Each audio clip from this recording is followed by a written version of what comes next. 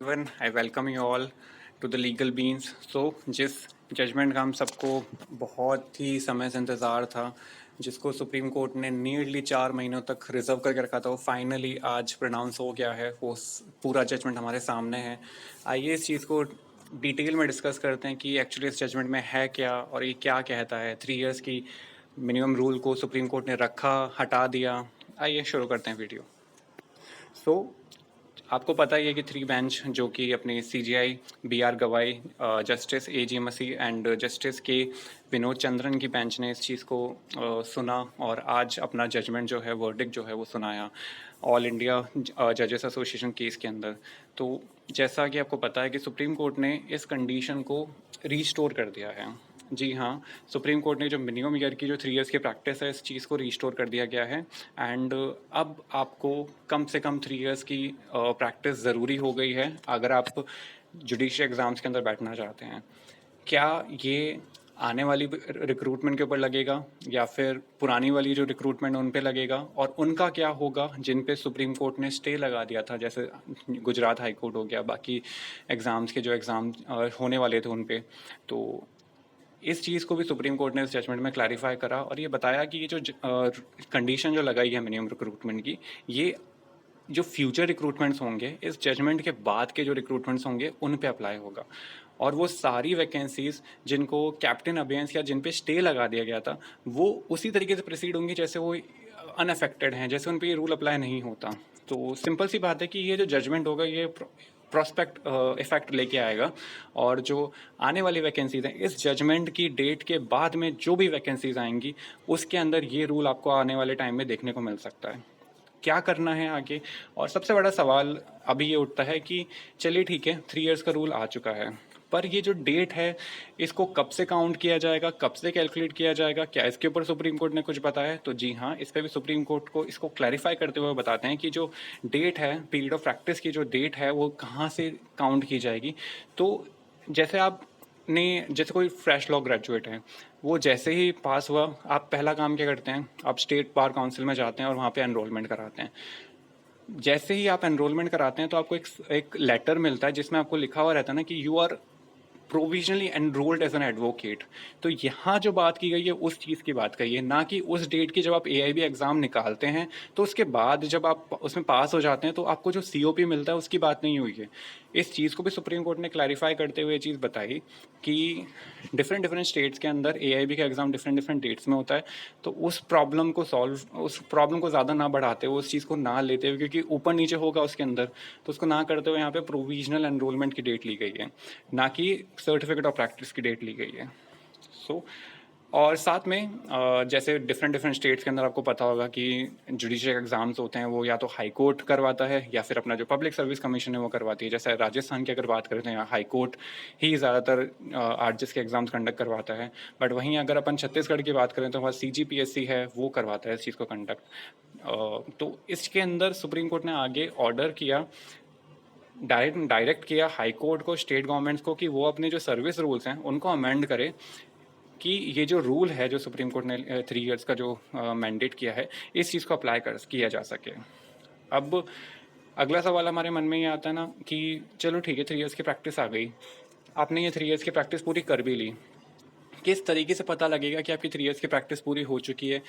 इसके ऊपर supreme court आगे क्लैरिफाई करते हैं कि आपको एक सर्टिफिकेट की ज़रूरत रहेगी। अब ये सर्टिफिकेट की क्या चीज़ है? जी हाँ, ये सर्टिफिकेट आपको इशू करेगा या तो प्रिंसिपल जुडिशियल ऑफिसर या फिर एक कोई एडवोकेट जिसके पास 10 इयर्स का प्रैक्टिस है, एक्सपीरियंस है प्रैक्टिस का उस कोर्ट के अंदर। और अगर वो एडवोकेट जो है वो अगर सर्टिफिकेट इशू कर रहा है, वो अगर कर रहा है, तो वो वाली चीज़ को आपको काउंटर साइन भी करवाना पड़ेगा प्रिंसिपल जुडिशियल ऑफिसर से। तो ये वाली जो चीज़ है सर्टिफिकेट की, डिस्ट्रिक्ट कोर्ट्स में या फिर लोअर कोर्ट्स में देखा जाए तो वहाँ ज़्यादा अप्लाई होंगी ये। और सुप्रीम कोर्ट ने सर्टिफिकेट की प्रैक्टिस को मतलब देखा जाए तो दो अलग अलग तरीके से किया है। एक डिस्ट्रिक्ट का अलग हो गया और आपका सुप्रीम कोर्ट और हाई कोर्ट का अलग हो गया। तो जैसा कि मैंने बताया, डिस्ट्रिक्ट के अंदर या तो प्रिंसिपल जुडिशियल ऑफिसर कर देगा या फिर आप किसी एडवोकेट से करा सकते हैं, जिसके पास कम से कम मिनिमम 10 ईयर्स का एक्सपीरियंस हो, बट वो वाली चीज़ भी आपको काउंटर साइन करानी है प्रिंसिपल जुडिशियल ऑफिसर से। बट सुप्रीम कोर्ट और हाई कोर्ट के अंदर हैं अगर आप, तो कोई एडवोकेट जिसके पास 10 ईयर्स का मिनिमम एक्सपीरियंस है वो करेगा, बट वो वाली चीज़ भी काउंटर साइन की जाएगी एक ऐसे ऑफिसर के द्वारा जो डेजिग्नेटेड किया जाएगा उस कोर्ट के द्वारा, उस हाई कोर्ट या फिर सुप्रीम कोर्ट के द्वारा, ठीक है ना, जो कि as a act of proof काम करेगी। तो ये एक तरीका है जिससे आपको ये चीज़ पता कर की जा सकती है कि 3 इयर्स की प्रैक्टिस आपको हुई है या नहीं हुई है। अब देखिए यहाँ पे अब अगर अपन नॉर्मली बात करें तो अपन क्या करते हैं अपन, क्योंकि देखो एक एस्पिरेंट होता है उसको पता है कि अगर आप प्रैक्टिस करने जाते हो ये सारी चीज़ें करते हो तो आपको पता है कि वहाँ कितना टाइम अपना निकल जाता है। तो हम हमारे माइंड में हमारी मेंटालिटी ये बन जाती है कि चलो ठीक है हम वकालतनामा फाइल कर लेते हैं या ये चीज़ें कर लेते हैं और हमारा पूरा टाइम प्रैक्टिस में ही अपना प्रिपरेशन में ही लगाते हैं। बट चूंकि वो चीज़ गलत हो जाती है, वो चीज़ सुप्रीम कोर्ट ने पॉइंट आउट करी है कि आपके पास एक्सपीरियंस नहीं होता, आप कोर्ट रूम के डायनामिक्स नहीं समझ पाते हो कि किस तरीके से प्रोसीडिंग्स काम करती हैं, किस तरीके से होती हैं। तो इन चीज़ों को डील करने के लिए क्या किया जाए, हमें थोड़ा टाइम निकालना पड़ेगा इन चीज़ों को करने के लिए, क्योंकि देखो प्रॉब्लम सबके लिए आई है। हाँ, थोड़ा हुआ है कि हाँ ठीक है फ्रेशर्स को आपने एकदम से बाहर कर दिया इस चीज़ों से, बट देखा जाए तो ये चीज़ एक अच्छाई के लिए हुई है, क्योंकि बहुत सारे जजमेंट जो थे जैसे सुप्रीम कोर्ट ने इसमें पॉइंट आउट किया है उनमें ये चीज़ों को फेस किया गया। लास्ट 20 ईयर्स में सुप्रीम कोर्ट ने 2 डेकेड्स की चीज़ें बताई कि लास्ट 2 डेकेड्स में ये प्रॉब्लम्स फेस की गई हैं। सही है गलत है आई डोंट नो, ये चीज़ आपके मैं डिस्क्रिप्शन पे छोड़ता हूँ, बट वो एक अलग डिस्कशन है क्या सही था गलत था, क्या किया जाना था क्या नहीं किया जाना था, वो एक मैटर ऑफ डिस्कशन है जिस पे अपन आगे नहीं बढ़ते हुए अभी सिर्फ पॉइंट पे रहते हैं कि आगे सुप्रीम कोर्ट ने इस जजमेंट में और क्या क्या चीज़ें पॉइंट आउट करी। तो अब लॉ क्लर्क के अंदर सुप्रीम कोर्ट आगे बताते हैं कि अगर आपने एज अ लॉ क्लर्क काम किया है या आप एक्सपीरियंस है उस चीज़ का, तो वो वाली चीज़ भी आपके 3 इयर्स एक्सपीरियंस में काउंट होगी, वो कहीं ना कहीं वेस्ट नहीं होगी, ठीक है। एंड इस जजमेंट ने साथ में डायरेक्शन इशू करे हैं प्रमोशन कोटा को लेकर, ठीक है ना, जो लिमिटेड डिपार्टमेंटल कॉम्पिटेटिव एग्जाम्स होते हैं ना उसके अंदर प्रमोशनल कोटास को लेकर भी इसके अंदर डायरेक्शंस इशू हुए हैं। वो डायरेक्शन क्या हैं कैसे हैं वो जजमेंट जैसे आएगा अपन उस चीज़ को रीड करके उस चीज़ पे अपडेट जो भी होगा जैसा भी होगा विल प्रोवाइड यू इसी चैनल पे। एंड इन चीज़ों को हाईलाइट करा सुप्रीम कोर्ट ने, रीजनिंग जो दी वो यही थी कि आपके जो फ्रेशर्स जो आ रहे थे उनके पास इतना एक्सपीरियंस नहीं था, वो ना ही कोर्ट रूम डायनामिक्स को इतना अच्छे से समझ पा रहे थे, और उनके जो जजमेंट जो आ रहे थे वो इतने एफिशिएंट या फिर बोले तो लीगली साउंड नहीं थे। अब आगे क्या किस तरीके से क्या होगा, हमें अपनी प्रिपरेशन कंटिन्यू रखनी है। देखिए सबसे पहली बात तो ये है क्योंकि अभी जब से जजमेंट आया एस्पिरेंट्स के अंदर सबसे बड़ा कन्फ्यूजन यही हो गया है कि अब आगे क्या करना है, कैसे क्या करना है, समय हमारा ख़राब हो गया, 3 साल क्या करेंगे, कैसे क्या करना है। देखिए प्रैक्टिस इंपॉर्टेंट है, प्रैक्टिस के बिना, क्योंकि देखा जाए ना तो प्रैक्टिस और प्रिपरेशन अपनी जुडिशरी की जो होती है वो हैंड टू हैंड जाती है। If you can't be a good lawyer you can't be a judicial officer. कहीं ना कहीं एडवोकेसी आपको जुडिशियल ऑफिसर के एग्जाम्स के अंदर बहुत हेल्प करती है, क्योंकि कहीं ना कहीं आपको प्रैक्टिकल नॉलेज तो ज़रूरत होगी, राइट। तो मैं आपको ये चीज़ बोलूँगा, देखिए ज़्यादा टाइम नहीं लगता है, 2-3 घंटे भी अगर आप स्टार्ट करेंगे, अगर आप फ्रेशर हैं बिल्कुल, तो अगर आप 2-3 घंटा भी अगर जाना चालू करेंगे सेशन कोर्ट्स के अंदर, लोअर कोर्ट्स के अंदर, अगर आप हाई कोर्ट में हैं तो वहाँ पे देख सकते हैं, अगर आपका जहाँ भी इंटरेस्ट है आप जाना चालू करेंगे, 2-3 घंटा देंगे तो आपको एक अलग एक आपका वाइड स्कोप खुल जाएगा आपके करियर के अंदर, राइट। आपको वो जो एक ऐसी प्रैक्टिकल नॉलेज मिलेगी जो कहीं ना कहीं आपकी पढ़ाई में भी आपको मिलेगा। अब इन दोनों चीज़ों को बैलेंस कैसे करना है वो देखिए पर्सन टू पर्सन वेरी करता है, बट ये चीज़ तो करनी पड़ेगी।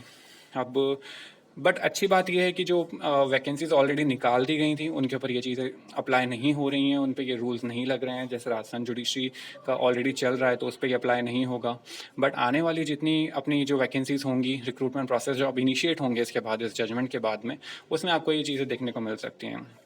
ये वाला जो जजमेंट आया ये सिर्फ जुडिशियल सर्विसेज को डील करता है। एक पॉइंट और, ये एपीओ, एडीपीओ, एपीपी जो भी डिफरेंट डिफरेंट एग्जाम्स होते हैं लॉ से रिलेटेड, बाकी हो गए अपने लॉ ऑफिसर्स के हो गए, उन पे ये अप्लाई नहीं होता है। एंड बहुत सारे ऐसे सवाल आ रहे हैं मेरे पास कि एलएलएम के अंदर अगर आप कर रहे हैं तो वो चीज़ काउंट होगी या नहीं होगी। जी नहीं, वो चीज़ नहीं होगी काउंट। इसके अंदर क्लियर कट दे रखा है, एक तो आपका अगर लॉ क्लर्क आपने कर रखा है तो वो चीज़ें अप्लाई होंगी, सर्टिफिकेट लगेगा, एनरोलमेंट के बाद में आपकी वो चीज़ें अप्लाई काउंट होनी शुरू हो जाएंगी। तो इसके अलावा इस चीज़ में जजमेंट में और चीज़ें कवर नहीं हैं, तो ये सिर्फ जुडिशियल सर्विस के ऊपर ही अप्लाई होगा।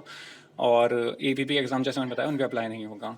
बाकी जो भी अपडेट्स आती हैं आपको इस चैनल पे मिल जाएंगी। प्लीज़ स्टे ट्यून्ड और कंफ्यूज मत होइए, परेशान मत होइए, अपनी पढ़ाई कंटिन्यू रखिए। कोई भी चीज़ ऐसे ख़राब नहीं होती है। अगर आप प्रैक्टिस भी कर रहे हैं, कोई भी नॉलेज आपकी कभी वेस्ट नहीं जाएगी। बस वो आपको उस तरीके से देखना है, आपको माइंडसेट अपना चेंज करना है कि अगर आप प्रैक्टिस कर रहे हैं तो उस चीज़ को आप अपनी प्रिपरेशन के अंदर किस तरीके से इनकॉर्पोरेट कर सकते हैं। So do let us know comment section में कि आपके क्या व्यूज़ हैं। क्या ये जो 3 इयर्स का रूल है ये होना चाहिए था या नहीं होना चाहिए था? क्या इससे जो इनएक्सपीरियंसी जो सुप्रीम कोर्ट ने पॉइंट आउट की है कि इनएक्सपीरियंस्ड से प्रॉब्लम्स हुई हैं, बहुत सारी परेशानियां आई हैं, क्या वो सॉल्व हो जाएगी इन चीज़ों से, या क्या क्या स्टेप्स और लेने चाहिए थे? क्या अगर 3 इयर्स का मिनिमम लगा रहे हैं तो क्या अपर एज बढ़ा देनी चाहिए थी? तो जो भी चीज़ें हैं we are open for discussion. आप प्लीज़ हमें कमेंट सेक्शन में अपन बताइए अपने व्यूज़, आपके क्या व्यूज़ हैं, आप क्या सोचते हैं इस बारे में। So thank you so much for joining. अगर आप टेलीग्राम और इंस्टाग्राम पे हैं तो आप हमसे ज्वाइन कर सकते हैं। हमारी जो आईडी है वो अभी अपनी स्क्रीन के ऊपर है। Please join us, please follow us, ताकि हम एक साउंड डिस्कशन कर सकें, एक कम्युनिटी बना सकें जहाँ पे हम नॉलेज शेयर कर सकें। So thank you so much for watching this video and stay tune for the next video.